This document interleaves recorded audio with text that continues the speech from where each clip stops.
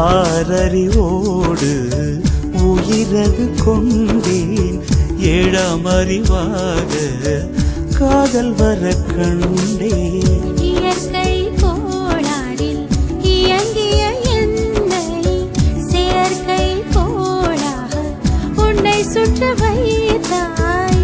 அணுசக்தி பார்வையில் உயிர் சக்தி தந்தாய்.